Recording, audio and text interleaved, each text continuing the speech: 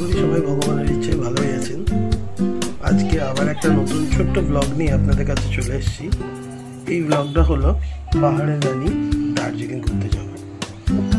ঘুরে ফিরে এসে আমার গলার অবস্থা এতটাই খারাপ হয়ে গেছে যে ভালো করে কথাই বলতে পারছিলাম না।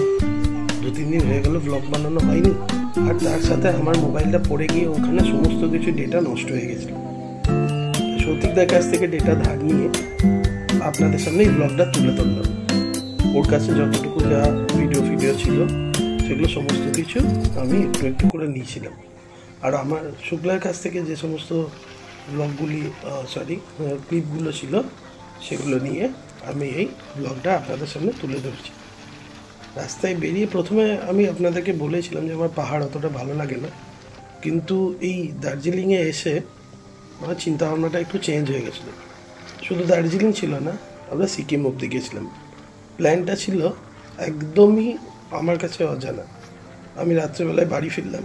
বাড়ি ফিরে যখন জানতে পারছি তখন হঠাৎ করেই শুক্লা, ওর দিদি আর সৌতিকদা এরা সব প্ল্যান করেই নিয়েছে যে আগামী 2-1 দিনের মধ্যে ওরা যাবে। যেহেতু আমি বিজনেস করি সেহেতু আমার ক্ষেত্রে ছুটি ছাটার কোনো সেরকম প্রয়োজন থাকে না, কিন্তু হ্যাঁ, একটা মানসিক প্রস্তুতির ব্যাপার থাকে। আমার পাহাড় যাওয়ার ইচ্ছে নেই, খুব একটা ভালো লাগছিল না, কিন্তু সৌতিকদা বারবার জোর করাতে আমি চলো ঘুরে আসি। কিন্তু বিশ্বাস করুন, বর্ষাতে পাহাড় যে কি অপূর্ব সেটা আমি না দেখে বুঝতে পারলাম না। মেঘেরা হাতছানি দিচ্ছে একদম বাড়ির ভিতরে এসে। চারিদিকে আবার প্রকৃতির এক অনবদ্য রূপ যা আমি চোখে কোনোদিন দেখিনি। এমনিতে আপনাদেরকে বলেছি আমি খুব একটা বেরোই না, আমার মোল্লাদ্দর মসজিদ কথাতেই আছে। আমি গাড়ি কেনার পর থেকেই মন্দারমণি ছাড়া কোথাও যাইনি, কিন্তু এই হলো আমার সেকেন্ড ট্যুর। এই মেঘকে এত কাছের মধ্যে দেখতে পেয়ে আমি অতিভূত হয়ে পড়েছিলাম, যেটাও সম্ভব হয়। কত ফুট উচ্চতা আমি জানি না, কোথায় কোথায় যেহেতু জানি না, আমার খুব একটা ইন্টারেস্ট ছিল না, তাই আমি অতটা গুরুত্ব দিইনি। কিন্তু যাওয়ার পর পৌঁছানোর পর আমি বুঝতে পারলাম যে সত্যি সত্যি মানুষজন বলে না যে একটা হিন্দিতে কি প্রবাদ আছে, পাহাড়ে যাও, তো সেটা সত্যি একদম, এ কথা কোনো বিকল্প নেই। গাড়িতে যেতে যেতে আমি একবার পুরুলিয়ার অযোধ্যা পাহাড় গেছিলাম, সেটা আমার ভালো লেগেছিল। সেটাও একটা পাহাড়ের রেঞ্জ ছিল, কিন্তু এইরকম প্রকৃতি দেখিনি। ওখানে কতটুকু ছোট ছোট পাহাড় ছিল, কোথাও সকাল মনে হচ্ছে শেষ হয়নি। আকাশ মেঘলা চাদরে পুরোপুরি ঢাকা, পাহাড়ের কোল থেকে দুটো এক টুকরো করে মেঘ বেরোচ্ছে, মাঝে সাঝে কোথাও বৃষ্টি হচ্ছে। কিন্তু হ্যাঁ, আমরা আসার কদিন পরেই সিকিমের দুর্ঘটনাগুলো ঘটেছিল, তিস্তা ফুঁসেও উঠেছিল। আমরা তার কদিন আগে বেরিয়ে পড়েছিলাম ওখানে। এ যেমন সুন্দর সেরকম ভয়াবহতাও আছে এর। অত উপর থেকে নিচ অব্দি কিছু দেখাই যাচ্ছিল না, তার কারণ একটাই, কারণ নিচটা মেঘে পুরো ঢাকা। কত ফুট উচ্চতায় আছি, কি করেছি না করেছি কিচ্ছু বুঝতে পারিনি। তবে যেটুকু বুঝলাম ওখানে গিয়ে, যে খরচ খুব একটা হয়নি মাথা পিছু। আমি পুরো ডিটেল হোটেল সৌতিকদাই সমস্ত কিছু ব্যবস্থা করেছিল, আমি অত মাথা কামাইনি। তবে বাঙালি খাওয়া দাওয়াটা কিন্তু খুব কস্টলি ওখানে। সামান্য নর্মাল ডাল ভাত সবজি এগুলো নিতেই আপনার 250 থেকে 300 টাকার মতো পড়ে যাচ্ছিল। এখন আমি জানি না, আমি প্রথমবার গেছি। যারা যারা গেছেন তারা পরে বলতে পারেন যে হয়তো আমি ঠকে গেলাম, না সত্যি সত্যি ওখানেও তো দাম নেই। এই দিকে একবার তাকিয়ে দেখুন, কি অপূর্ব দৃশ্য এটা। বোঝাই যাচ্ছে না যে কোথায় আছি। প্রকৃতি নিজের নিজের জায়গায় নিজ নিজ বিচিত্র রূপ নিয়ে বসে থাকে, তাদেরই একটা এই বিচিত্র রূপ। এখানে দেখুন মনে হচ্ছে গোটা বাড়ি ঘরগুলো আকাশের মধ্যে যেন শুয়ে আছে।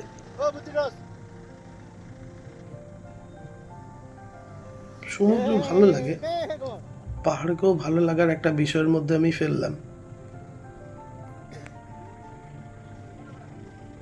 তবে হ্যাঁ, এই বর্ষাকাল শীতকালে এখানে বোধহয় আর যাওয়া যাবে না, কারণ এত ঠান্ডা। ওখানে ভালোই ঠান্ডা ছিল, এই গরম পরিস্থিতিতেও ওখানে আপনি ধরুন মোটামুটি প্রায় হোক না হোক 15-16 ডিগ্রি টেম্পারেচার। আমাদেরকে রীতিমতো ঠান্ডা জামা কাপড় নিয়ে ওখানে যেতে হয়েছিল। আপনারা দেখতে থাকুন।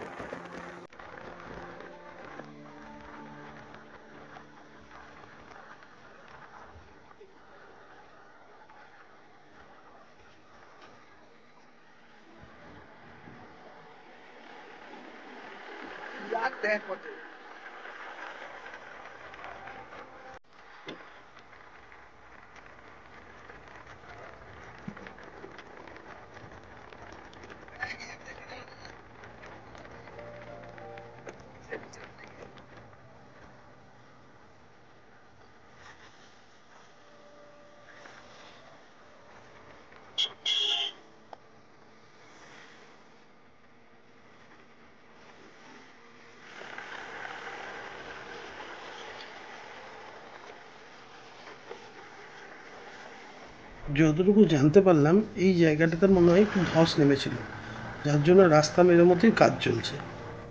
তো ধস নেমেছিল, আমার তো মনে হয়নি সেরকম কোনো, উল্টো দিকের একটা পাহাড় ছিল, সেখান থেকে এই জায়গায় ধস নেমে পুরো রাস্তাটা ঠিক করা হচ্ছিল।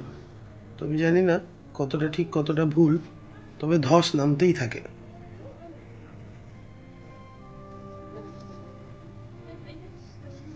সুন্দর প্রকৃতির মাঝে নিজেকে হারিয়ে দেওয়াটা একটা বিচিত্রকর ব্যাপার, এ অন্য বিষয় পুরোপুরি। এই সৌতিকদা,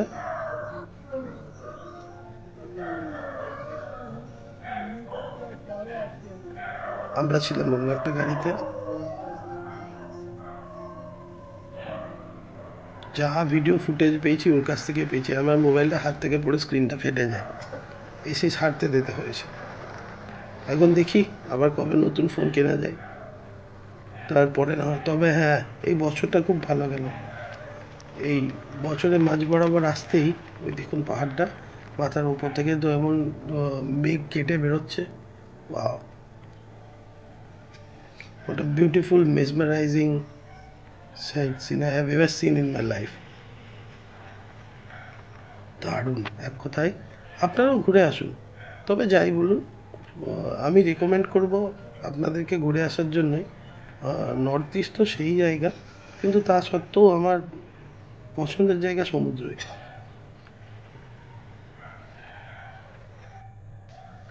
এই জায়গাটাকে প্রবাবলি দার্জিলিং মল রোড নাকি বলছিল ওরা।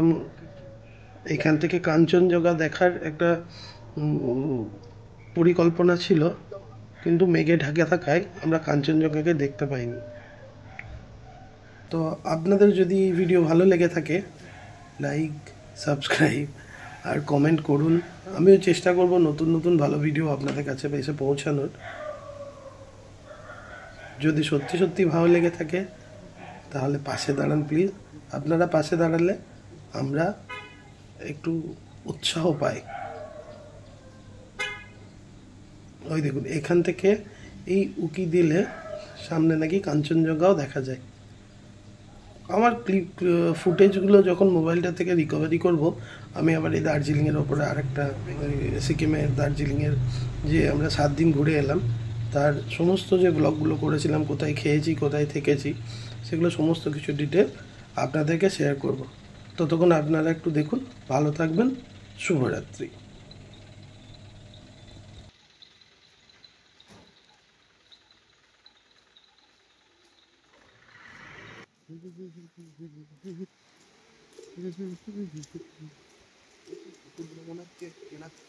হ্যাঁ, মনে হচ্ছে এগুলো ঘটনা।